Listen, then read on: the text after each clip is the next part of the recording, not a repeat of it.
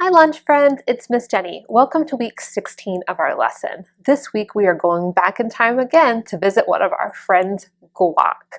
And Guac is going to tell us that Jesus rescues us. Yay, Jesus! That's right. We're going to be talking about that message, but through a different Bible story this week. So Guac is helping us out with our Bible Buddy video and our Bible message and Bible point and Bible verse. Thanks, Guac, for giving us some help. So again, this week our Bible point is Jesus rescues us. And then you say, yay, Jesus! Let's try it. Jesus rescues us. Yay, Jesus!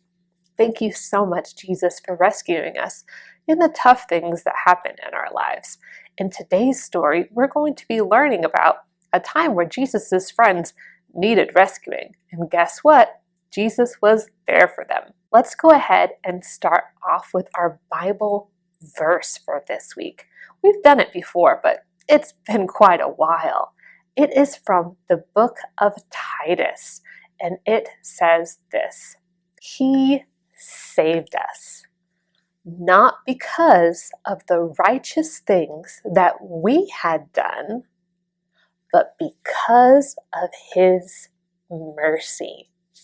That Bible verse is telling us that Jesus saved us, not because we were so awesome or we were perfect or did everything right, because Jesus loves us, even when we make mistakes or do things wrong. He is still there for us. Think about it like this: if you ever done something wrong, but do your parents still love you when you make a mistake? Absolutely they do. They love you and care for you, even when we mix up. Jesus is the same way, even more. Even when we make mistakes, He still loves us and He's still there for us. He still rescues us. All we have to do is ask Him. So let's do our Bible verse again with me. It says, He saved us, not because of the righteous things that we had done, but because of His mercy. Jesus saves us not because we're perfect and we never make mistakes. No, we of course make mistakes, but He loves us and He rescues us still.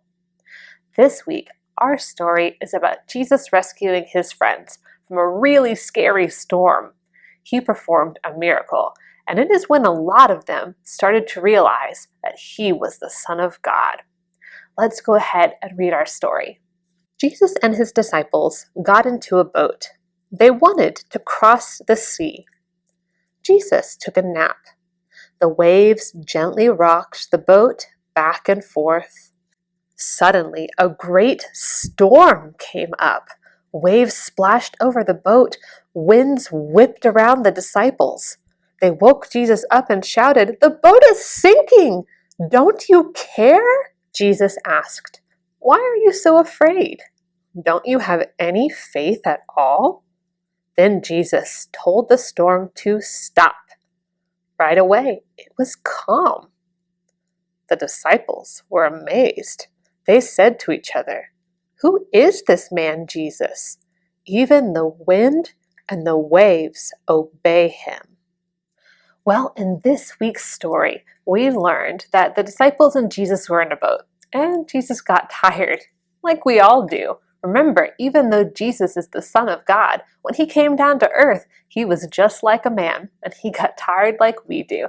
So He took a nap. And while He was napping, the storm came, and it was really bad.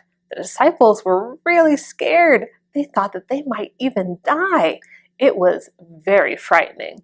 And Jesus was still asleep through all of it. They were like, Jesus, how are you asleep? Wake up. Don't you even care that this is happening?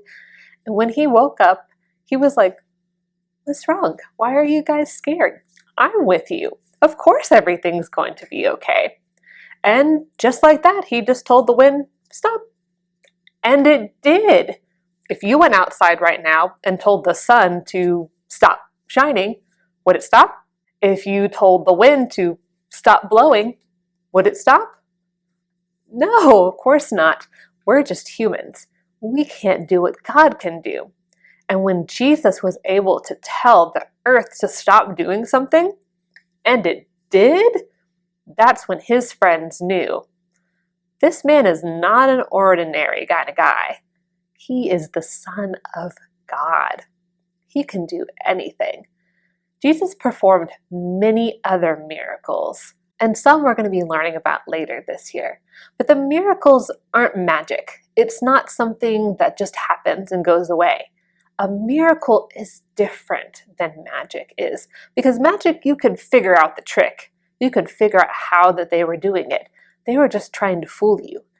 But miracles are something only from God. Nobody else can do it except for God. This is one of the ways that Jesus got his friends to know that he was the Son of God, that he could be trusted, and that he rescues us. Jesus rescues us. Yay, Jesus! That's right. Anything that's going on in your life might not be a big storm outside of your house, but it might feel that way inside. Maybe you're really upset that a friend isn't playing with you anymore, or that they can't come over and visit, because a lot of things are different right now in our lives. Maybe a family member had to move far away, or they're sick. Some things in our lives aren't water and rain pouring down on us like a storm, but they might feel like a storm inside of us, and we might be scared or upset or frustrated, and we might need Jesus to rescue us. All you have to do is ask. That's what Jesus' friends did. They woke up Jesus and said, "Jesus, help us!"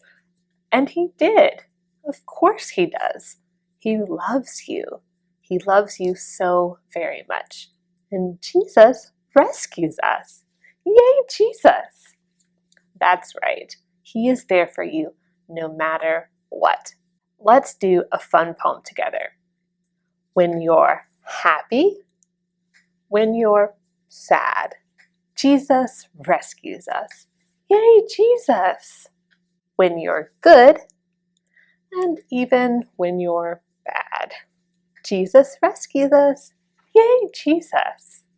Remember, you don't have to be a perfect person for God to love you. Now, he obviously wants us to try our very best, but he loves you no matter what. Remember that Jesus cares for you and he rescues you. He loves you. Well, guys, that's all I have for this week. Do some of our fun activities that we have this week about our Bible story, and we will see you again next week. Bye-bye.